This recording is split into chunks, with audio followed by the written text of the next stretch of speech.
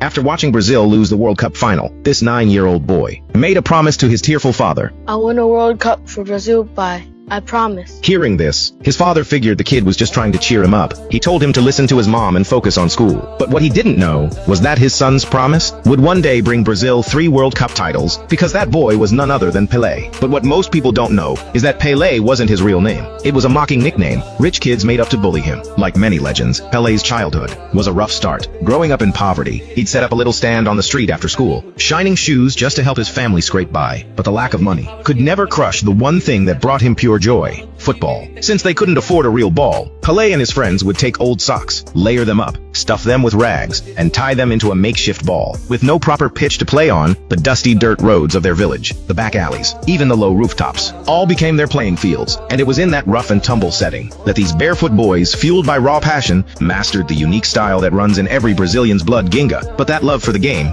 was met with fierce opposition from his mother. She'd scold them and order them back to shining shoes. Even when his father asked to let them watch a World Cup match, she flatly refused. Her fear came from his father's past. He had once been a brilliantly talented pro player, until a vicious foul left his knee permanently damaged. His club dumped him without a second thought, and now he dragged that bad leg around, scrubbing toilets at a hospital for a living. Pelé's mother worked as a maid for a wealthy family, earning barely enough to scrape by. Even though his mother banned him from football, Pelé would still tag along to help her at the rich family's home, because there, he'd find all kinds of delicious pastries he'd never tasted before. And every time when his mom wasn't looking, he'd sneak a bite. Then one day, a group of wealthy kids walked in with mud-caked boots. When Pelé overheard them talking about his beloved football, he couldn't help but jump in. But he accidentally mispronounced the name of Vasco's goalie, Pele, calling him Pelé instead. The rich kids burst out laughing and wouldn't let it go. What did you think Pele's name is Pelé? We can call this boy Pele. Hey, Pele, stop this shot.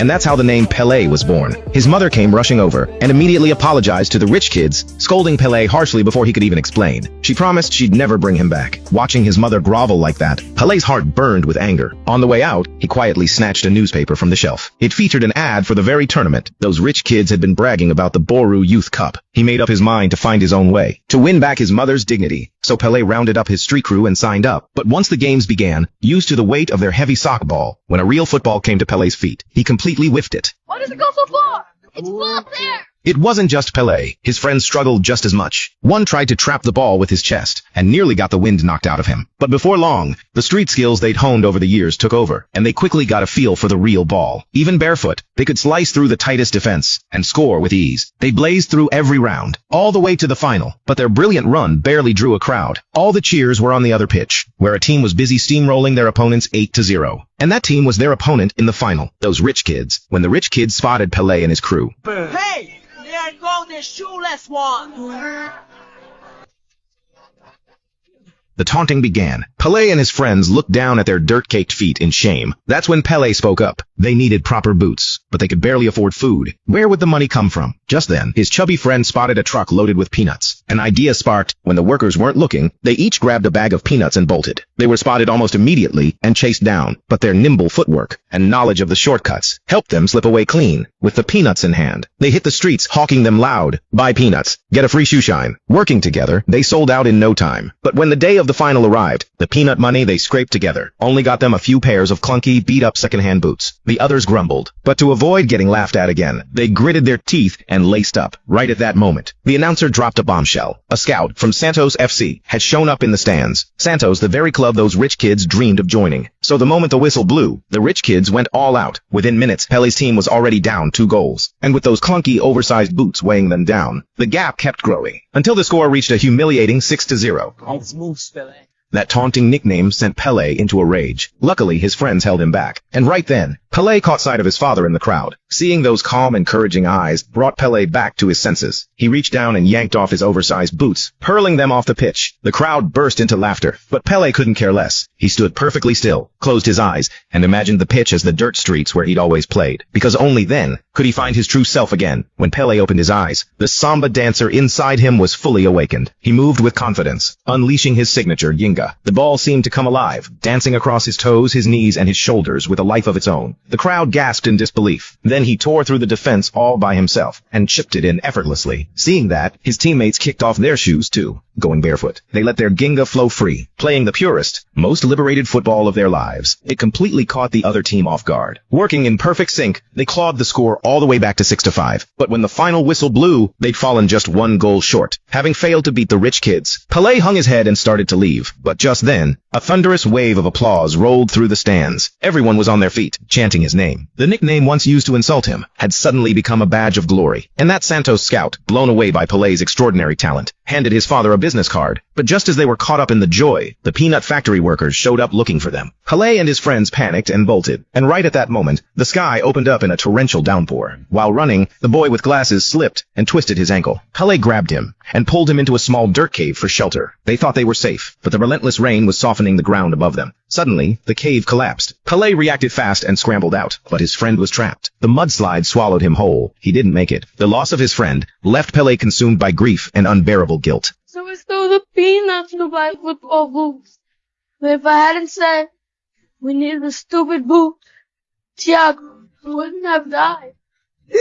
Seeing her son sobbing his heart out, his mother didn't scold him. She simply opened her arms and pulled him close, whispering comfort. But the tragedy had lodged itself like a thorn deep in Pelé's young heart. He swore to his mother that from now on he'd behave, work hard at school, and never play football again. His father witnessed it all. He quietly slipped back to their room and placed the scout's business card in his wife's hands. From that point on, Pelé seemed like a different kid. He kept his word. Every day after school, he'd follow his dad to clean at the hospital. No complaints, no matter how dirty the work was, but the smile that used to light up his face had completely vanished. In its place was a silence far too heavy for a boy his age, and he never touched a football again. His father saw all of this. He didn't want his son living under that shadow forever. So one afternoon during a break, his dad plucked a mango from a nearby tree and tried kicking it into a distant trash can. He missed again and again when he caught the faint smirk on his son's face. His father grinned knowingly. He adjusted his stance and nailed the mango cleanly into a trash can even farther away. Now it was his son's turn to be stunned. Only then did he realize his old man still had it, and that little friendly competition was like a key that finally unlocked the door Pelé had sealed shut inside. From then on, every single day he and his father would meet under the mango tree and use mangoes to practice juggling and shooting. At first, Pelé couldn't control his power. He'd constantly smash the mangoes to pulp. It made him want to give up. But every time, his father would patiently encourage him. Don't rush it. Learn to enjoy the process. Everything will fall into place. 6 years passed just like that. Pelé had grown into a spirited young man, and under his father's day-by-day guidance, his Ginga had been honed to a razor's edge. And now his mother could see it too. That fire burning bright in her son's eyes again. After a sleepless night of hesitation, she finally made that phone call. The next day, when father and son came home from work, the scout from 6 years ago was already waiting at their door. He once again invited Pelé to join Santos FC. Pelé immediately looked to his mother when she gave him a nod, full of love and approval. Every last doubt melted away. On the day of his departure, his parents advanced 3 months' wages to buy him a brand new set of clothes. You go make us proud.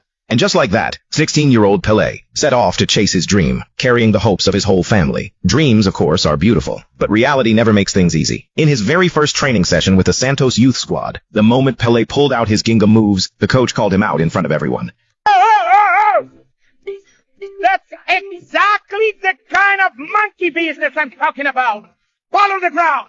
To fix Pelé's style, the coach had him watch footage from the 1954 World Cup. On screen, Brazilian players with their flashy, flair-heavy moves kept failing to break through the tight European defenses, costing them the tournament. Pelé understood what the coach was getting at, so he gritted his teeth and spent every night grinding away at the European style. But it just didn't suit him. Even with the coach guiding him step by step, he kept blasting the ball wildly off target. Before long, Pelé became the worst player on the team. Every night, he'd cry quietly in bed. But knowing his whole family was counting on him, he'd still force himself out after training and push through extra drills deep into the night. The old scout had been watching all of this. He always believed Pelé was something special. He just needed more time. But then one evening, the scout made a startling discovery. While everyone else slept, Pelé had packed his bags and was sneaking out to go home. Not long after, the scout tracked him down at the bus station. He asked him why he was giving up so soon. Pelé said, deflated, that the coach hated his Ginga, and he couldn't learn the European style either. If he didn't go home and go back to school, he'd end up scrubbing toilets just like his dad. Hearing that, the scout sat down and told Pelé the true origins of Ginga. Back in the early 16th century, Portuguese colonizers brought enslaved people to Brazil. Some of those slaves, to escape abuse and beatings, broke free and fled deep into the jungle. To survive, they created a fluid, adaptable form of combat, capoeira. When slavery was abolished, they wove those moves into football, and Ginga took the world's breath away. It became the way Brazilians play football, in their very bones. But after consecutive World Cup defeats, many blamed Ginga for the losses, saying it crumbled against the European game. So Ginga went from a source of national pride to something the mainstream dismissed as street thug tricks. After sharing all of that, the scout looked Pelé dead in the eyes and said,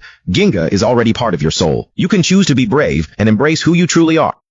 to the whole world what you're made of, or you can buy that ticket and get on the bus. The scout's words hit Pele like a wake-up call. With that conviction in his chest, he turned around and walked back to the pitch, eyes blazing, in an internal scrimmage where his side was down 3-0. He once again found himself trapped in the European style. But this time, in that moment of hesitation, he thought of his father's words and the scout's. In a flash, he pictured the ball as that familiar mango, chest trap, foot cushion, rainbow flick. He let his true instincts take over completely. The coach on the sideline screamed at him to pass, but Pele ignored him. Instead, he shook his marker with a Marseille turn, then, surrounded by 4 or 5 players, stopped dead, flicked the ball up, and connected with a jaw-dropping bicycle kick.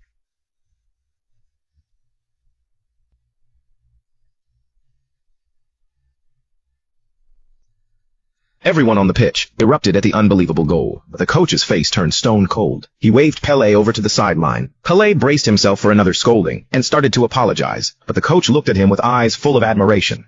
Do it again. With his coach's blessing, Pele was a force unleashed. He lit up the pitch every time he played, rising rapidly from the youth squad to the professional side. At just 15 years old, he topped the club's scoring charts. Just a year later, Pele used his signing bonus to give his family a better life, and the brand new radio he bought just for his father happened to broadcast his call-up to the Brazilian national team.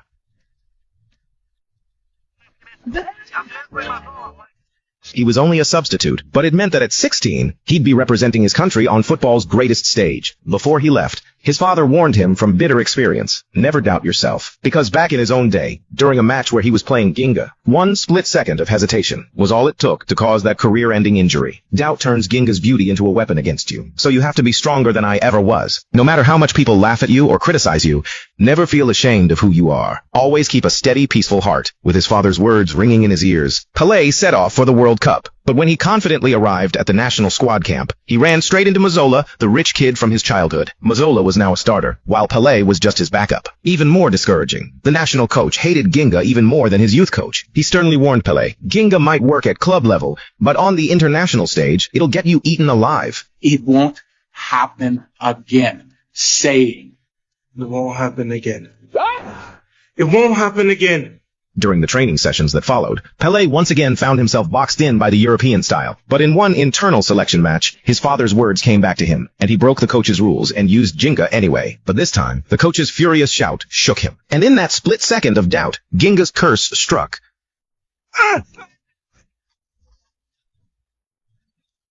His knee swelled up badly. The team doctor said he'd need at least a month to recover, and the World Cup was opening next month. Word of Pele's injury spread quickly, and sports commentators tore him apart on the radio. Brazil actually has a player who got hurt playing that street ball nonsense. In an instant, every single teammate turns to look at him, those silent, accusing stares, cut like knives, gutting the last bit of confidence Pele had left. The 1958 World Cup in Sweden arrived. Pele traveled with the squad, but with his knee still not fully healed, he could only watch from the locker room. In the group stage, Brazil made it through to the quarterfinals, but at a heavy cost, including Mazzola. 3 key starters had picked up injuries. In desperation, the coach had no choice but to throw in Pele, whose knee had just healed. In that moment, Pele was so nervous he threw up. When he was pushed out onto the World Cup stage, Pele's slight, small frame immediately drew laughter from the European crowd. Drowning in that overwhelming pressure, he was so rattled he forgot to tie his bootlaces. Once the match began, terrified of hurting his knee again, Pele played timidly, getting knocked about like a pinball against the towering Soviet defenders. But thankfully, his teammates carried the load, and Brazil won 2-0. In the semifinal against France, Pele's knee was fully healed, but the wound in his mind was still wide open. He still couldn't find his rhythm, kept giving the ball away, allowing France to score first, and plunging Brazil into despair. They trudged back to the locker room trailing 1-0. By now, Pele had completely lost faith in himself. He found Mazzola and asked if his foot was better. If so, Mazzola should go in for him. But Mazzola looked at him with sadness and said,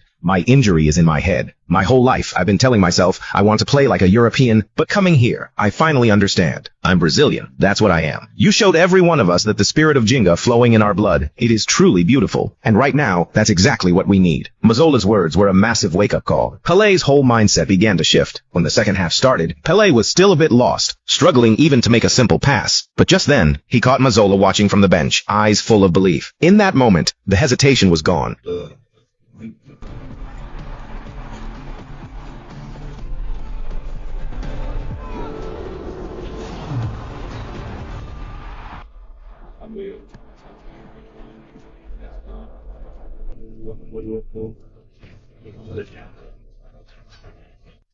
A stunning volley soaked in the soul of Ginga set the Brazilian fans in the stadium ablaze. The European crowd still jeered at first, dismissing it as luck. But what came next, from Pele's relentless brilliance, left them completely silent. He used Ginga again, slicing open the French defense with ease, and scored again. Then he found the net for a third time, completing the youngest hat-trick in World Cup history. Brazil marched into the final with a dominant 5-2 victory. Their opponents in the final were the hosts, Sweden, the feared Nordic giants. Facing such formidable opposition, the coach scrambled to prepare, but with the honor of an entire nation on the line, even he seemed overwhelmed. His tactical instructions, players complained they were impossible to execute. At the pre-match press conference, Brazil was subjected to psychological warfare by the Swedish coach, who publicly sneered that the Brazilian players were a bunch of freaks. When Pele's father saw it on television, he immediately called his son, urging him not to fall for the mind games. He told him, "Right now, football fans all over the world are screaming the name Pele. Believe in yourself, believe in your teammates, and above all, believe in the Ginga you're so proud of." After hearing his father's advice, Pele went down to the hotel for breakfast, but he found his teammates sitting around looking completely lifeless. So to lift their spirits, Pele threw out a challenge: juggle the ball all the way to that distant lighthouse over there, without letting it touch the ground. His teammates thought he was out of his mind, but Mazzola was quick to add, "You can't do it alone, that's for sure." Those words lit a fire under the whole squad, and so they took on this seemingly impossible mission together. Come on, guys.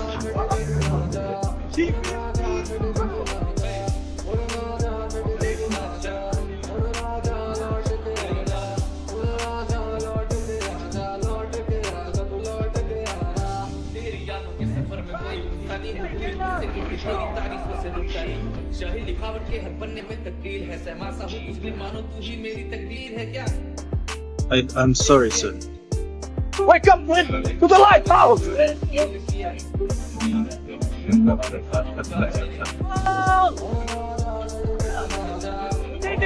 You got Pelé on!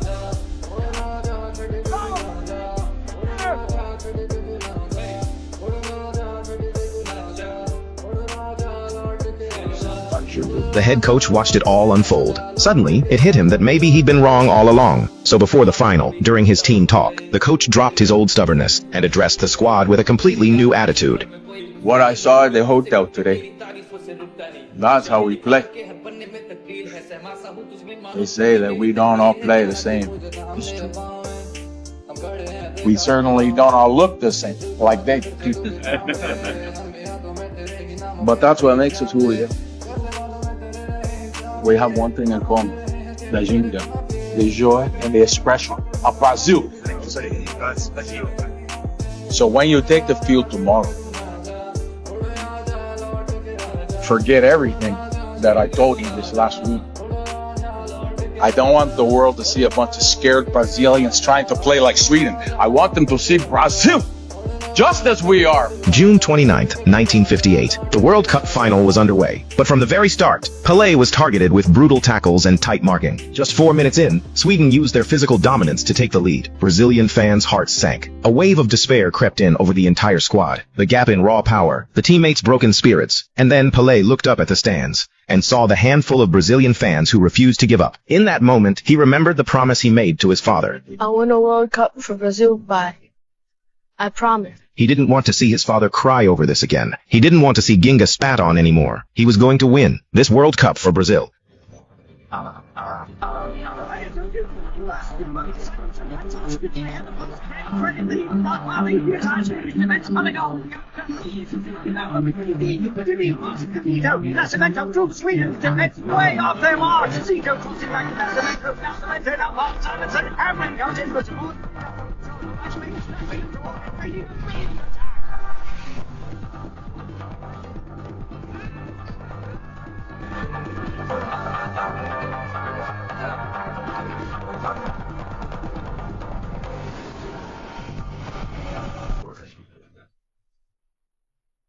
That goal didn't just level the score. It reignited his teammates' confidence and their very soul. From the restart, these Samba warriors unleashed the full spirit of Ginga from within. Their fluid combinations, their mesmerizing footwork, they tore the mighty Swedes apart with nothing they could do about it. Pelé then scored a goal so spectacular, it stunned the entire world. With just 1 minute left on the clock, a teammate launched a long ball. Pelé leaped into the air and powered a header into the net, putting the game away for good. The match was over. Brazil crushed Sweden 5-2. to claim the 1958 World Cup. At 1017, Pele became the youngest World Cup champion in history. From that moment on, his name echoed across the world of football, a legend for all time. But this was far from the end of Pele's story. In the years that followed, Pele to consecutive World Cup titles in 1962 and 1970, becoming the only player in history to win 3. He amassed an astonishing 1,283 career goals, and his influence at the time was almost beyond comprehension. The president of Brazil, terrified that European clubs would poach him, actually signed a decree declaring Pelé a national treasure, not for export. Even more incredible, in 1969, when Pelé traveled to Nigeria for a match, the two sides of the country's conflict agreed to a 48-hour ceasefire, just so everyone could safely watch him play. Perhaps that's the magic of the greatest player who ever lived. But time spares no one. This great man passed away on December 29, 2022, at the age of 82. Some say Pelé didn't change football because he was football. He showed us that football can be art, it can be hope, and it can even be a force powerful enough to make the world forget its conflicts, if only for a moment. Though the boy who once chased a softball has stopped running forever, the football dream he ignited will forever inspire those who come after him to step onto their own pitch of life and play their own Ginga fearlessly.